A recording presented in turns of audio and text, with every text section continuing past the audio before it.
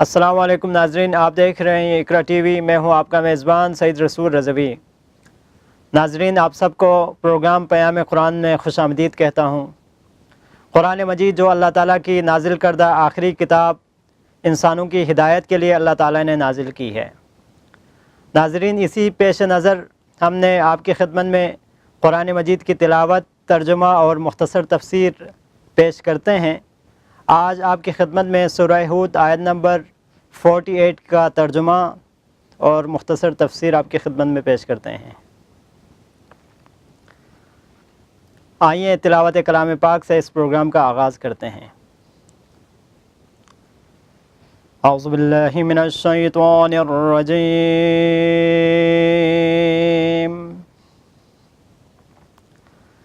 بسم اللہ الرحمن الرحیم۔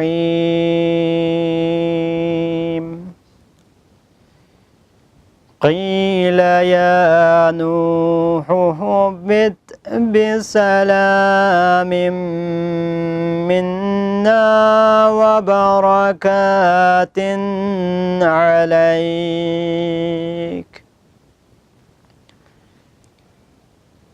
وبرکات علیک وعلی ممن معک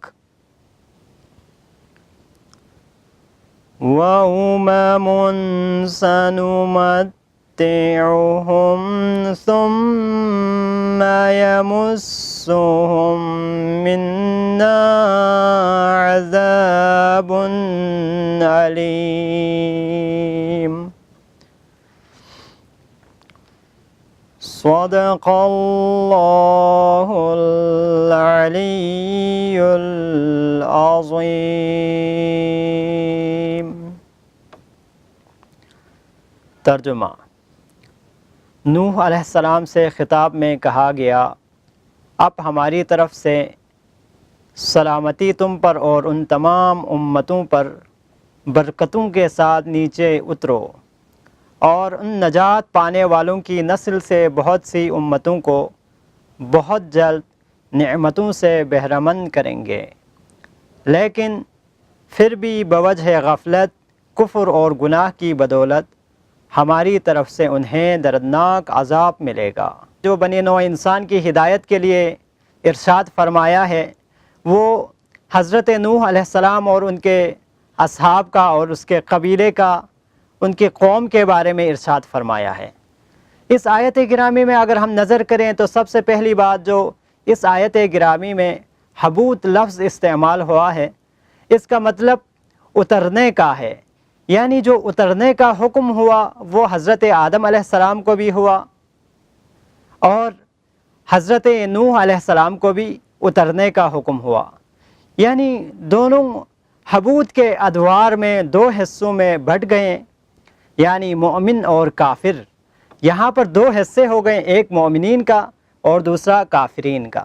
اور اس آیت گرامی میں جو امتوں سے مراد یا تو نوح علیہ السلام کے ساتھیوں میں سے ہر ایک شخص ہیں جو بعد میں اور کسی نہ کسی قبیلے سے اس کا تعلق تھا۔ شاید سے مراد جانوروں کی قسمیں ہیں جو حضرت نوح علیہ السلام کے ہمراہ تھی، جیسے کہ قرآن مجید فرقان حمید سورہ انعام آیت نمبر 38 میں زمین پر چلنے والے ہر متحرک اور ذی روح چیز کے بارے میں کہا گیا ہے۔ کہا گیا امثالکم، یعنی اس امثالکم سے مراد جس کی تعبیر جو بیان کی گئی ہے کہ جانور بھی تم انسانوں جیسی امتیں ہیں۔ تو یہاں سے یہ معلوم ہوتا ہے کہ یہ جو سے مراد یا تو حضرت نوح علیہ السلام کے جو امت، یعنی جو ان کے قوم قبیلے کے لوگ تھے، یا سے مراد جو حضرت نوح علیہ السلام کے ساتھ جو تمام جاندار لے کے گئے تھے، حضرت نوح علیہ السلام اپنی کشتی میں لے کے گئے تھے، وہ تمام چیزیں، وہ تمام جاندار اس سے مراد ہے۔ اور اس آیت گرامی میں اگر ہم دیکھ لیں تو یہ جو عالمی جو طوفان ہے، حضرت نوح علیہ السلام کے طوفان کے بارے میں جو آیت ہیں، اس عالمی طوفان کے بعد زمین پر زندگی کو دو خطرات درپیش تھے۔ یعنی جب حضرت نوح علیہ السلام کا جو کشتی غرق ہو گیا، اس کے بعد روئے زمین پر دو طرح کے خطرات درپیش تھے۔ ایک تو یہ تھا کہ کیچڑ اور دلدل اور زمین کی ساری آلودگیاں جو سلام لفظ اور سلامتی کے وعدے کے ساتھ دور ہو گئی۔ اس آیت گرامی میں جو سلام قیل یا نوح اہبط بسلام کہا گیا ہے، یعنی اس سلامتی کے ساتھ وہ تمام جو آلودگیاں تھی یا جو کیچڑ وغیرہ یا جو دلدل وغیرہ تھا، وہ تمام چیزیں اس سلامتی کے وعدے کے ساتھ دور ہو گئی۔ دوسری بات یہ کہ مختلف الانواع نباتات کی تباہی اور نابودی جو برکات کے وعدے کے ساتھ ہی ختم ہو گئی۔ اللہ تعالیٰ نے جب اس آیت گرامی میں ارشاد ہوا وَبَرَكَاتٍ مِنَّا کہا، وَبَرَكَاتٍ عَلَيْكَ کہا، تو اس برکات کے ذریعے سے تباہی اور نابودی، وہ تمام سختیاں اور مختلف الانواع سے تباہی اور نابودی برکت کے وعدے سے ختم ہو گئی اور زمین ان نباتات سے مزین ہو گئی۔ اور اس آیت گرامی میں جو خاص مطلب بیان ہوا ہے، نقطہ جو بنی نوع انسان کی ہدایت کے لیے ارشاد ہوا ہے، وہ یہ کہ خداوند عالم کسی موقع پر مواعظہ بھی کرتا ہے، متنبہ بھی کرتا ہے، حتیٰ کہ باپ کی موجودگی میں اور باپ کی آنکھوں کے سامنے بیٹے کو غرق بھی کرتا ہے۔ اس واقعے سے اگر دیکھیں، حضرت نوح علیہ السلام کے واقعے میں دیکھیں تو حضرت نوح علیہ السلام کی آنکھوں کے سامنے ان کا بیٹا غرق ہو رہا ہے۔ تو کیونکہ یہ اللہ تعالیٰ کی رضا ہے، یہ اللہ تعالیٰ کی طرف سے بنی نوع انسان پر آزمائش ہے، یعنی کسی موقع پر مواعظہ بھی کرتا ہے، متنبہ بھی کرتا ہے، اور اس کے ساتھ ساتھ مشکل میں بھی ڈال رہا ہے، آزمائش میں بھی ڈال رہا ہے، لیکن بوقت ضرورت اپنی سلامتی اور برکتوں سے بھی نوازتا ہے۔ یعنی حضرت نوح علیہ السلام جب ان تمام مشکلات اور آزمائشوں سے نکل آئے تو اس وقت نعمتیں اور برکتیں دی گئی۔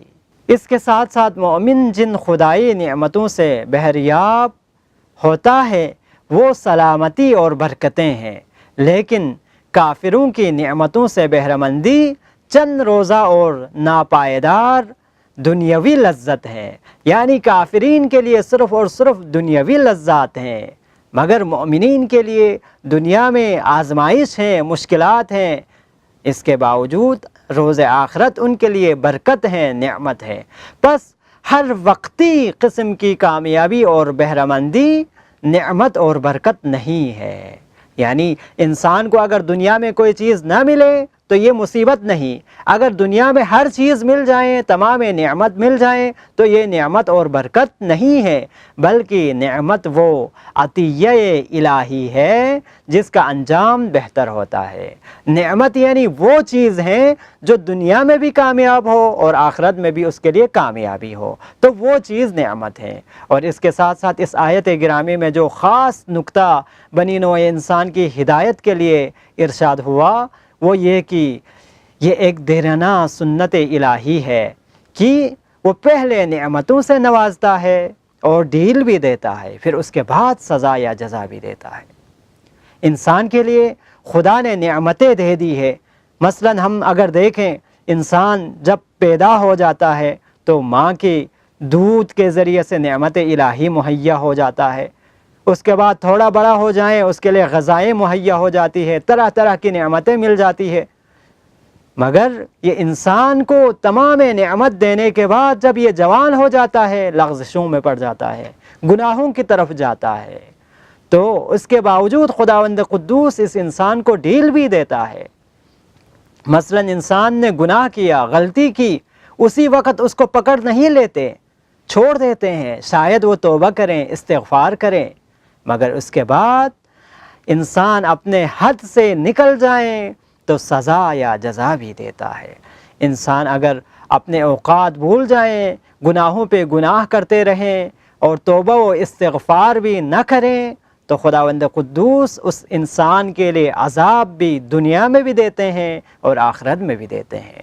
جیسے کہ حضرت نوح علیہ السلام کے بیٹے کی مثال اگر ہم دیکھیں تو حضرت نوح علیہ السلام کے بیٹے کو روز قیامت تو سزا مل ہی جائے گا، مگر اس کو سزا دنیا میں بھی دیا، دنیا میں بھی اس کو عذاب الہی میں مبتلا کر دیا۔ اسی طرح سے اگر ہم انسان خدا کی ان نعمتوں سے سوء استفادہ کریں، گناہ پر گناہ کرتے رہیں، اگر ان نعمتوں سے حسن استفادہ نہ کریں تو خداوند قدوس کے عذاب الہی دنیا میں بھی آ سکتا ہے۔ خدا سے دعا ہے کہ خدا ہمیں قرآن پر عمل پیرا ہونے کی توفیق عطا فرما۔ ناظرین، پروگرام کا وقت ختم ہوا چاہتا ہے، اگلے پروگرام تک کے لیے اجازت دیجیے۔ اللہ حافظ۔